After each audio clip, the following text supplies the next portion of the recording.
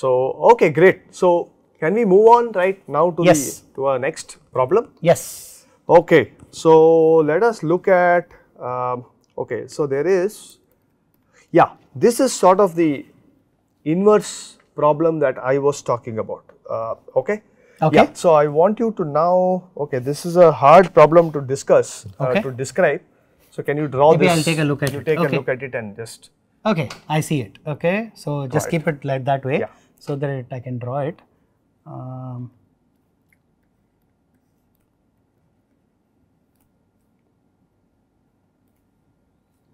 Okay.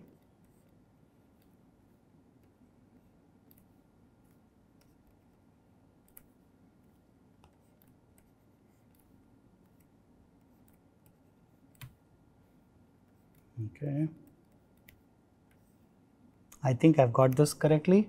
Yes. So I have VA, and VB. VB, okay. And R1, R2, R3, R1, R2, R3, R4 and R5. Yeah. Is this correct? Yes. Okay, perfect. Okay, so R1, R2, R3. Okay, so the problem here is if VA were 20 volts, so the case 1, right? Okay. If VA were 20 volt, VB were 0. Okay. Okay. I3, that is the current through R3. Okay. Is 1.5. Flowing downwards? Flowing downwards. Yes, okay, I forgot to mark the currents. Currents, yeah. Okay. I3, so this is I3. And I4 is going right, left to left. Okay. So this is I4. Yeah. Okay. Okay. Yeah. Okay. So if VA is 20 volt and VB is 0 volt. Okay. I3 is 1.5 amperes. Okay. Now the question is, find I3 if VA were 50 volt and VB were 0 volt.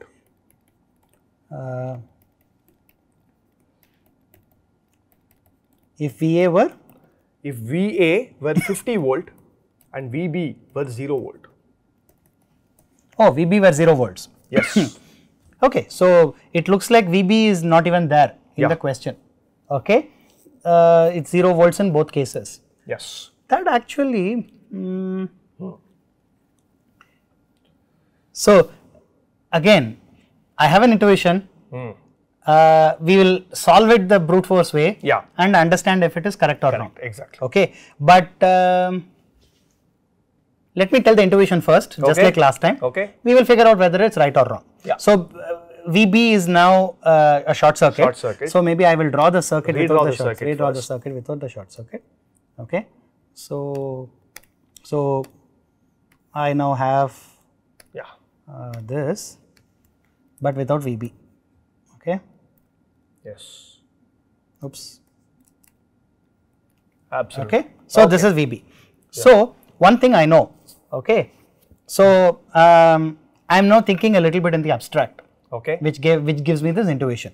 So I now have some network of resistors. Yes. Which is being excited by one voltage source. Voltage source. So the way I am going to think of it, I have something like this. Yeah. And I have some network. Yes. Purely resistors. Yeah. So I have some VA, right? Yeah. The network has, many nodes and R1 to R5. Yeah. If I were to solve this system of equations, I will use KVL, KCL and the Ohm's law. Yeah. Now I know that they are all going to give me a system of linear equations. Yes. Right. So in fact, what I know, if I look at a particular voltage, so this may have V1, some Vn. Yeah. Maybe let me not use N. Yeah. V1 to V5 maybe. V5 in this case. Yeah, exactly. Right. And I basically have I1, I2, etc. all the way till I5. Yes. Okay. What I know is that because I am solving a system of linear equations, because superposition we broke it up into homogeneity and additive properties. Yes. So for example, if I were to excite this with 2 VA, I know that each one of these would get multiplied with 2 and so on. Okay. Right? Yeah. So my intuition tells me that for this particular problem, we can use only a small part of superposition. Okay. I don't need to, for this limited problem. Yes. I don't need to do anything except apply the homogeneity principle. So you are saying it will simply be 50 by 20 into 1.5? 50 by 20, my guess. Guess. Okay. I'll call that I3 prime. Yeah. Is basically, so this is VA prime, I3 prime, right? Yeah. VB prime. Yes. So I'm guessing that it's going to be 50 by 20 times 1.5. Yeah.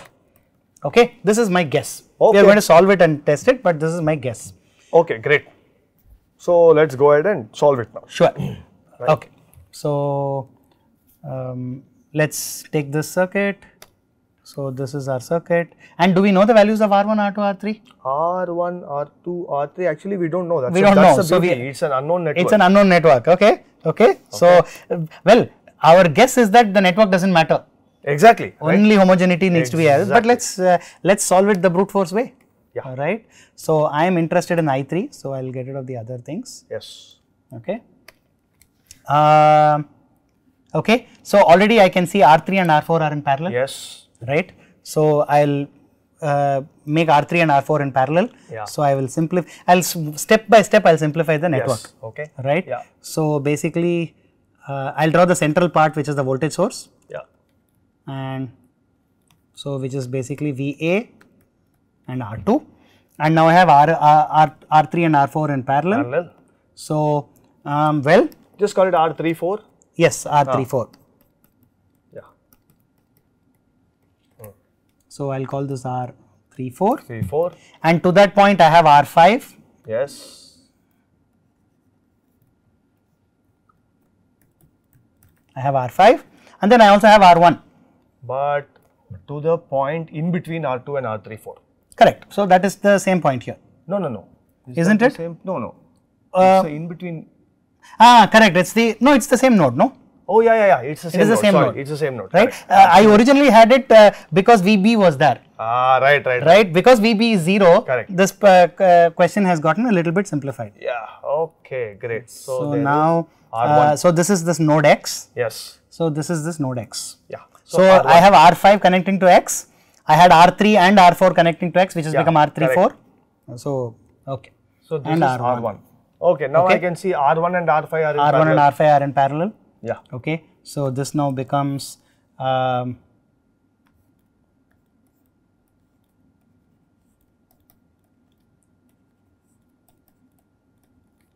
I'm completing the network, which is R15. I'll call it R15.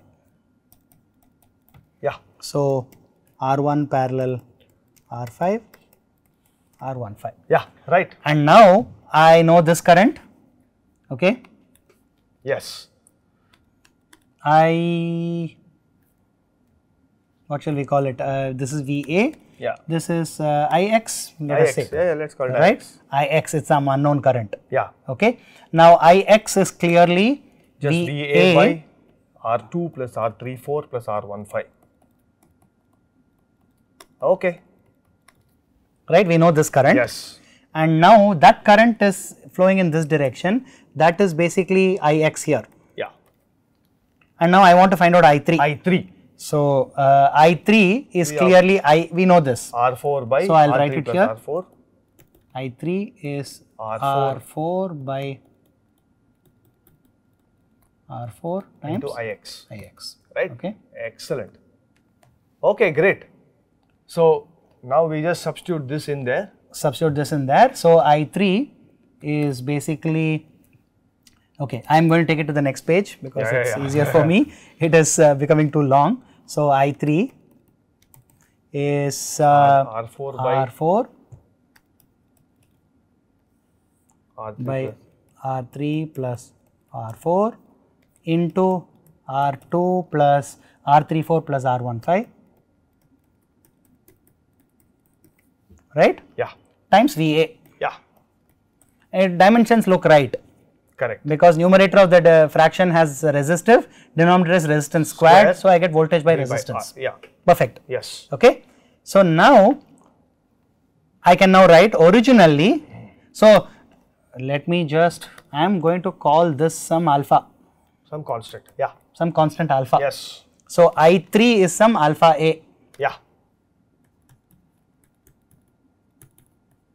So alpha VA. VA. So now first we said VA is 20 volts. Yes. I3 is 1.5 amperes. Yes. So 1.5 amperes is basically alpha times 20 volts. Yeah.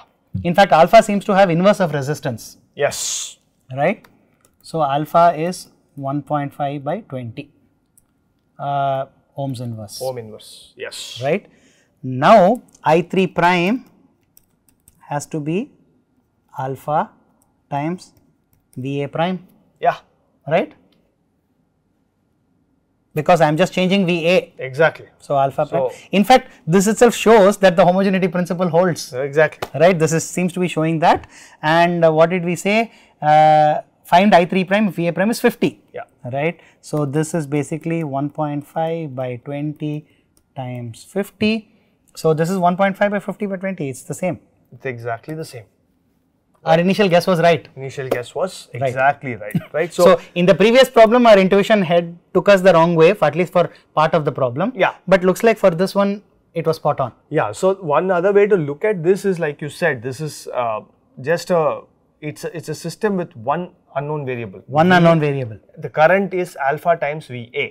Correct. The excitable source there. Correct. And therefore you have to solve for alpha. They have given you one data point. At 20 volt you get 1.5 amps. That's you find alpha and then use it for any other. That's right. So in fact now since this intuition is true, I am now guessing that you can now extend it a little bit beyond this. So if I had a network of resistors, for example, right, and suppose I have two voltage sources. Yeah. This is actually true superposition. Yes. So if I had VA and VB in this problem. Yeah. So now I know that if I were to solve the system of equations, yes, the voltage across or the voltage across every element or the current through every element will be a linear combination of VA and VB. So alpha times VA plus beta times VB. Correct. So any I Ri, right, will be some alpha A times VA plus alpha B times VB. Yeah. Right? Yes. All I have to do, just like in this case, I only had one statement to make. Yeah. Right? In that case, I need to find out alpha A and alpha B. So you need two measurements. You need two measurements. Right? In fact, if VA equal to 20 volt, VB equal to this, while I4 is minus 1.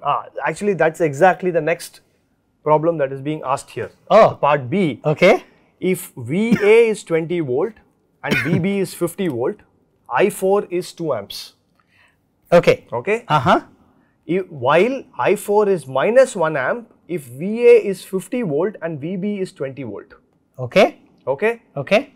Now, find I4 if VA equal to 30 volt and VB equal to 100 Got it. Now I understand. That's why I4 was also marked. Yes. Okay. So that's the second part of the problem. Yeah. So now let's use our new identity. We'll use this new identity. Exactly. Okay. So now our problem now is to, now the two statements are as follows. So tell me again. Yeah. If VA equal to 20 volt, VB equal to 50 volt, I4 is 2 amperes. Okay. Okay. While I4 is minus 1 amp. Okay. If VA equal to 50 volt and VB equal to 20 volt, that is you just swap them. Oh, okay. And this was 2 amperes, right? First case? The first case was 2 amperes, exactly. Okay. So this is VA prime, VB prime, I4 prime. Yes. Is minus 1 ampere. Yes. Okay. So I am just going to, and I want to find out what happens. Do I want to find out a third case? And you want to find out I4 when VA is 30 volt and VB is 100 volt. Okay. I'll call that VB double prime is 100 volts. Yes. Okay. I4 we want. Yeah. Okay. Excellent. All I need to do is find out alpha A and alpha B. Alpha A and alpha B. Because right? I know at least. So okay. I will just say that in general this current I4 will be some linear combination of VA and VB. Yeah. Okay. And I already have two measurements. Yes. I should be able to extract out alpha A and alpha B. Alpha B. So we'll say 20 alpha A plus 50 alpha B is 2. Yes. So 20 alpha A plus 50 alpha B. Yeah. And then the second set of measurements tells you that minus 1. Yes. So minus 1 when you is swap. 50 alpha A plus 20 alpha B. Yes. Okay. So using these two I can solve. So You can solve, right? let's see. Yeah. So I just need to multiply. Let us say I multiply this one by. By 20. Yeah. So let us say by 2.5. Okay. Right. So that will basically give me minus 2.5 is basically 125 alpha A plus 50 alpha B. Yes. Then I'll just subtract this minus this. Yeah. Okay. So minus 2.5 minus 2 is minus 4.5 is equal to 105 alpha A, and alpha B gets cancelled. Yes. Right. So alpha A is minus 4.5 by 105. Great. And now I can calculate what alpha B is. So basically Take from this, let us say take any one of them. So 2 is 20 into 4.5, 80, so 90. 90. Minus 90 by 105. Yeah. Times plus 50. Plus 50 alpha B. Yeah. Okay. So alpha B is 210 minus 90 is 210 plus 90. Oh, sorry, this goes to the opposite side. 300 by 105. 300 by 105. Yeah. 105 by 50. By 50. Yeah. So 6 by 105. Okay. Great. Great. So okay. now we have this. Now I have this, and I just need to plug it into this third. Yes. Right. Absolutely. So I4 double prime is basically alpha A minus 4.5. Yeah. Times VA double prime was 30. Yeah. Plus alpha B was 6 by 105. Yeah. 100. Yes. Perfect.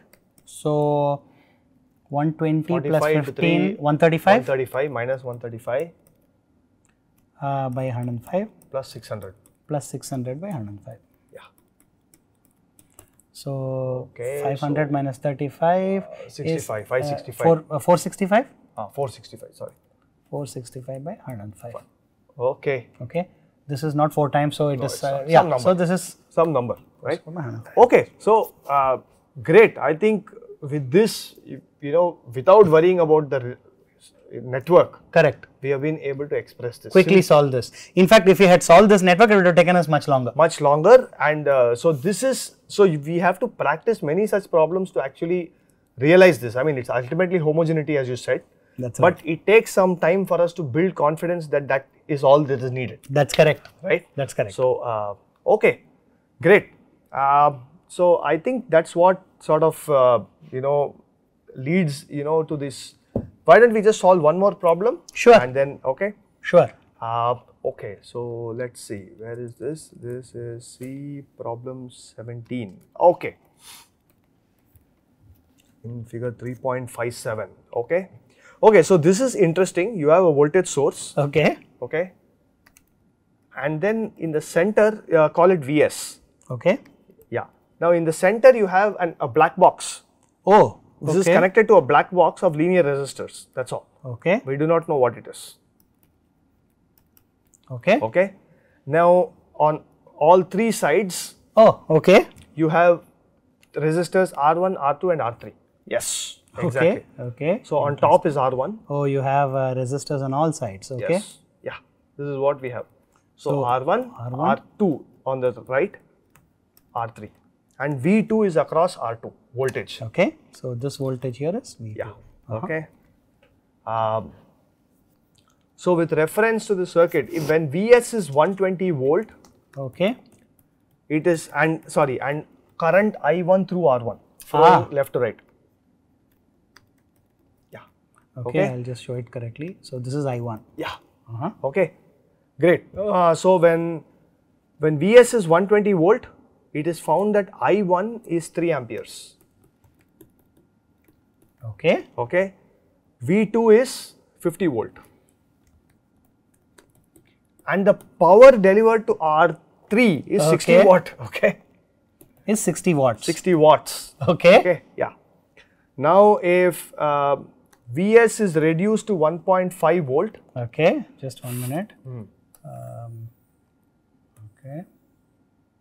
Find the new values of. Okay, got it, got it. So, so Vs is now reduced to 105 volt. Find the new values for I1, V2 and the power delivered to and P3. Let's call it P3. PR3. PR3. What sure. do you call it? Okay. PR3. Okay. Okay, this is interesting. So there is a word which says if CONED. What does that mean? Do you have any idea? No. No, right? No Okay. idea. I don't think it has any significance. It has any significance. Okay. Yeah. Right. So if Vs, okay, so you have like one set of measurements Okay. for I1, V2 and okay. Okay. So but I think what I think is we should still be able to use this linearity because remember the first guess that we did for the first network. Yeah. Because we had only VA. Yeah. We didn't have any VB. Our guess was that your current is, you only need one set of measurements. Yes. So when VA is 20 volts, I3 is this. What happens if you change VA? Yes. Right? Yes. So this should hold for every element inside. We happen to take I3. Correct. But it should hold for every element. Every element. That's what we have shown. Yes. So now what we are now given is that we have some R1, R2 and R3. R3. So we are able to make some measurements. Each of them are related by Correct. The voltage and current. Yes. Correct. So what I can tell is that V1 and I1 will be linear with Vs. Yes. V2 and I2 will also be linear with Vs. Yes. And V3 and I3 will also be linear with Vs. Yeah, absolutely. Okay. So we have to go with this. Yes. This is what we know. Yes. So the minute we know it's linear with Vs, it's homogeneous. Yeah. So we just need to find that constant of that constant that defines this relationship. Correct. But it will be a different constant for V1, I1, different constant for V2, I2 and so on. Yeah, exactly. Right? In fact, different constant for V1, different constant for I1. Yes. Because through the resistance. Exactly. So the dimension also changes. Dimension also changes. One will be just a dimensionless quantity for voltage. Correct. For current, it is inverse of that's correct. resistance, right? That's correct. Okay. So you're saying therefore I1 yes. is going to be alpha 1 times Vs. Yes. Okay. V2 is alpha 2 times R2. Correct. But alpha 2 is dimensionless. Correct. But now we have a problem. Yes. Right? we are given the power. Power. Right? So what we will write is we'll write the power in terms of the voltage and current. Yes. We can just write it as, so in fact, if this, let's say this current is I3. Yeah. And this voltage is V3. Yeah. We just write it as V3 times I3, no? Yeah, absolutely. Huh? Yeah. So that makes things a little bit easier for us. Yes, definitely. Because, so we now need to find out we don't know what, we know that V3 and I3 are related through R3. Correct. That much we know. We know. Right? Okay. Let's at least do it for I1 and V2. And we'll come. Exactly. We'll come back to. So the point is we don't have to worry about I3. You don't need the third equation to solve. You don't need a third equation to solve. Right? You can solve each one independently first. That's correct. Okay. Okay, great. So let us start with this. Let's do that. So let us start with, I will say, so the first part. Yeah. I want to find out I1, right? Yeah, I1. So I1 I will say is some alpha 1 times Vs. Yeah. Right? And now that when 120 volts, I1 is 3 amperes. Yeah. So I can say that 3 is alpha 1 times 120. Yeah. So alpha 1 is clearly 3 by 120. Yeah. Okay. And then I can immediately find out what I1 is, I1 prime is. Yes. So I'll call this, I'll call these primes. Yes. Primes. So I1 prime then is basically alpha 1 times Vs prime. Yeah. This is basically 3 by 120 times 105. Into 105. Exactly. Right? I already know this. Yes. So, so 315 by 120. Yeah. Let's not worry about the simplification. That's it. Right? Okay. Done. So we are done with I1. Independent of everything else. Everything else. Exactly. So this is not a simultaneous equation. This is not a simultaneous That's equation. the point. That's right. Okay. So Okay. again, I want to find out V2. Yeah. Again, V2 I'll express it as some alpha 2 times Vs. Yeah. So alpha 1 dimensionally is inverse of resistance. That's correct.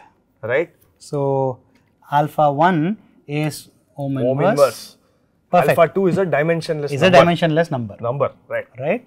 And I know that when Vs was 120 volts, Yeah. alpha 2 was 50. Yeah.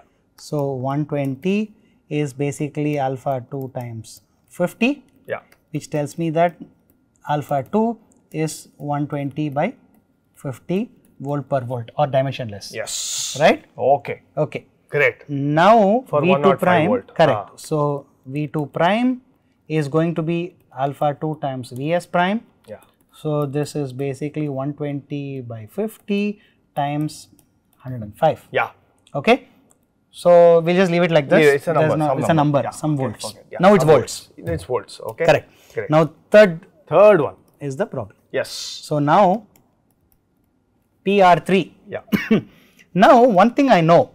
Okay. V3. So let us do it like this. So this is basically, we said it's either V3 times I3. or you can write it as I3 squared times R3 or V3 squared by R3. right? Yeah. I think it may be better to use the second or the third one. Yeah, we Right. can, and we can discuss the first one later. First right? one later. Yeah. Right. So we want to find out I3, let us say. Yes. Right. So I am going to say that I3 is some alpha 3 times Vs. Yeah. Right. We'll Yes. start with that. Yes. Now, what we have is a power Power measurement. again. Correct. So let us do it like this. Yes. What I can say is that I3 squared Yes.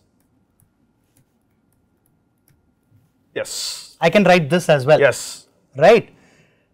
Which means I can at least find out the relationship between I3 squared. So now let me multiply by R3. Yeah.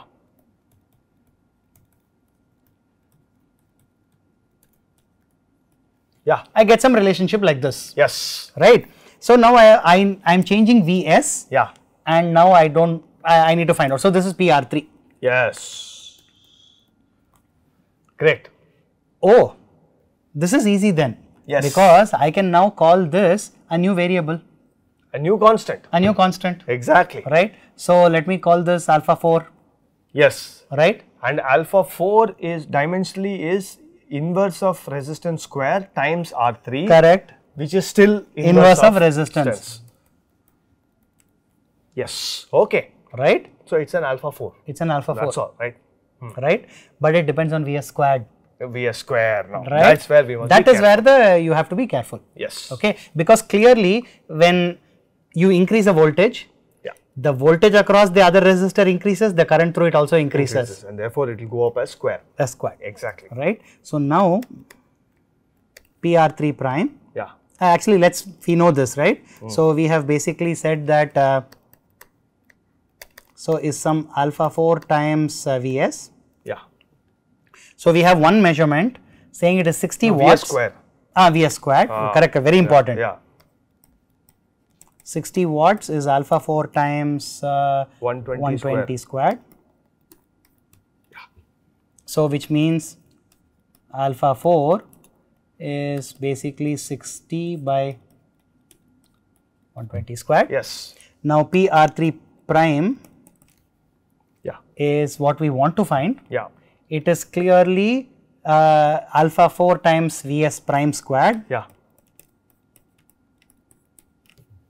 So this is 60 by 120 squared times. Yeah. Absolutely. Perfect. Right. So yeah. So this is very interesting. So just a comment. So suppose we had gone the V3 I3 way. Yes. Right. Yes. Do we need two measurements? You don't, Yeah. because whatever happens, so even if you had gone with this this expression, Yes.